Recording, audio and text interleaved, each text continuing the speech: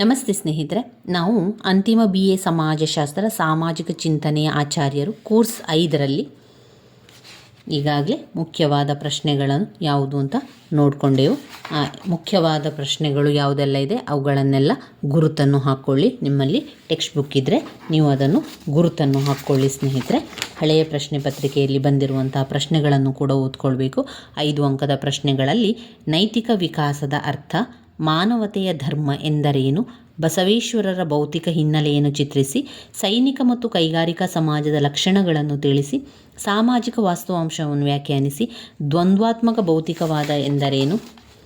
10 ಅಂಕದ ಪ್ರಶ್ನೆಗಳು Herbert Spencer ವಿಕಾಸದ ಸಿದ್ಧಾಂತವನ್ನು ವಿವರಿಸಿ, ಮಾನವತಾ ಧರ್ಮ ಎಂದರೇನು ವಿವರಿಸಿ, ಲೋಕಾರೂಢಿ ಮತ್ತು ನೈತಿಕ ನಿಯಮಗಳ ಕುರಿತು WG ಸಮ್ಮರ್ ಅವರ ದೃಷ್ಟಿಕೋನವನ್ನು ಚರ್ಚಿಸಿ, ಎಮಿಲಿ ಡರ್ಕಿಮ್ಮರ್ ಅವರಿಂದ ವರ್ಗೀಕರಿಸಲ್ಪಟ್ಟಿರುವ ಆತ್ಮಹತ್ಯೆಯ ಪ್ರಕಾರವನ್ನು ವಿವರಿಸಿ, ವೆಬ್ಬರ್ ಅವರ ಸಾಮಾಜಿಕ ಕ್ರಿಯೆ ಸಿದ್ಧಾಂತವನ್ನು ತಿಳಿಸಿ.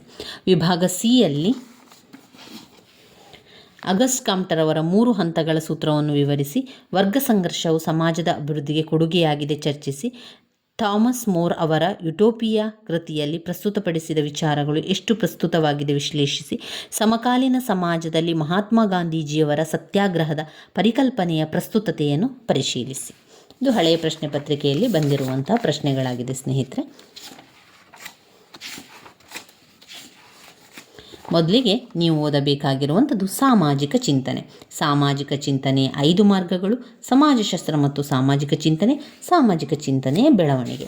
ಸಾಮಾಜಿಕ ಚಿಂತನೆ ಎನ್ನುವಂಥ ವ್ಯಾಖ್ಯೆಯನ್ನು ಓದ್ಕೊಳ್ಬೇಕು. ಲಕ್ಷಣಗಳು ಕೂಡ ತುಂಬಾ ಇಂಪಾರ್ಟೆಂಟ್ ಆಗಿರುವಂಥದ್ದು. ಸಾಮಾಜಿಕ ಚಿಂತನೆಯ ಗುಣಲಕ್ಷಣಗಳನ್ನು ತಿಳಿಸಿ ಅಂತ ಕೇಳಿದ್ದಾರೆ. ಇಲ್ಲಿ ಸಾಮಾಜಿಕ ಚಿಂತನೆ ಅರ್ಥವನ್ನು ತಿಳ್ಕೊಳ್ಬೇಕು. ಸಾಮಾಜಿಕ ಚಿಂತನೆ ಅಂದರೆ ಏನು? H.E. ಜಾನ್ಸನ್ ಅವರ ವ್ಯಾಖ್ಯಾನಿಸಿದಂತೆ ಸಾಮಾಜಿಕ ಚಿಂತನೆಯು ಅವನಿಗೆ ಸಂಬಂಧಿಸಿದ ಹಾಗೂ ಅವನ ಸಹಪಾಠಿಗಳ ಒಟ್ಟಾರೆ ಅಭ್ಯುದಯಕ್ಕೆ ನೀಡಿರುವ ಚಿಂತನೆಯೇ ಆಗಿದೆ. ಅವರ ಸಹಪಾಠಿಗಳ ಒಟ್ಟಾರೆ ಅಭ್ಯುದಯಕ್ಕೆ ನೀಡಿರುವ ಚಿಂತನೆಯೇ ಏನಾಗಿದೆ? ಸಾಮಾಜಿಕ ಚಿಂತನೆ ಆಗಿರುವಂಥದ್ದು. ವಿಲಿಯಂ ಡಿ ಸ್ಕಾಟ್ ಅವರ ಪ್ರಕಾರ ಸಾಮಾಜಿಕ ಚಿಂತನೆಯು ಸಮಾಜಕ್ಕೆ ಹಾಗೂ ಸಾಮಾಜಿಕ ಜೀವನಕ್ಕೆ ಸಂಬಂಧಿಸಿದ ಸಿದ್ಧಾಂತಗಳನ್ನು ವ್ಯಾಖ್ಯಾನಿಸುವಂಥದ್ದು ಆಗಿದೆ. ಇದರ ಗುಣಲಕ್ಷಣಗಳ ಬಗ್ಗೆ ನೋಡುವುದಾದರೆ, ಮೊದಲನೆಯ ಪಾಯಿಂಟ್, ಸಾಮಾಜಿಕ ಚಿಂತನೆಯು ನಿರಂತರವಾದುದು ಹಾಗೂ ಒಟ್ಟುಗೂಡಿದ ಸ್ವಭಾವವನ್ನು ಹೊಂದಿದೆ. ಸಾಮಾಜಿಕ ಚಿಂತನೆಯು ನಿರಂತರ ಹಾಗೂ ಒಟ್ಟುಗೂಡಿದ ಸ್ವಭಾವವನ್ನು ಹೊಂದಿದೆ. 2, ಸಾಮಾಜಿಕ ಚಿಂತನೆಯು ಸದಾ ಮಾನವನ ಜನಾಂಗಕ್ಕೆ ಒಳಿತನ್ನೇ ಉಂಟು ಮಾಡಿರುವುದಿಲ್ಲ. ಸಾಮಾಜಿಕ ಚಿಂತನೆಯು ಅಮೂರ್ತವಾದ ರೂಪವಿಲ್ಲದ ಸ್ವಭಾವದಿಂದ ಕೂಡಿದೆ.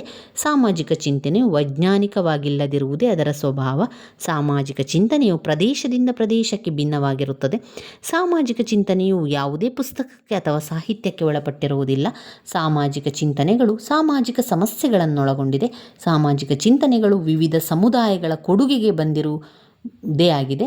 ಸಮಾಜದಲ್ಲಿ ಕಠಿಣ ಸನ್ನಿವೇಶವಿದ್ದಾಗ ಸಾಮಾಜಿಕ ಚಿಂತನೆಗಳು ಉದ್ಭವವಾಗಲು ಕಾರಣವಾಗಿದೆ.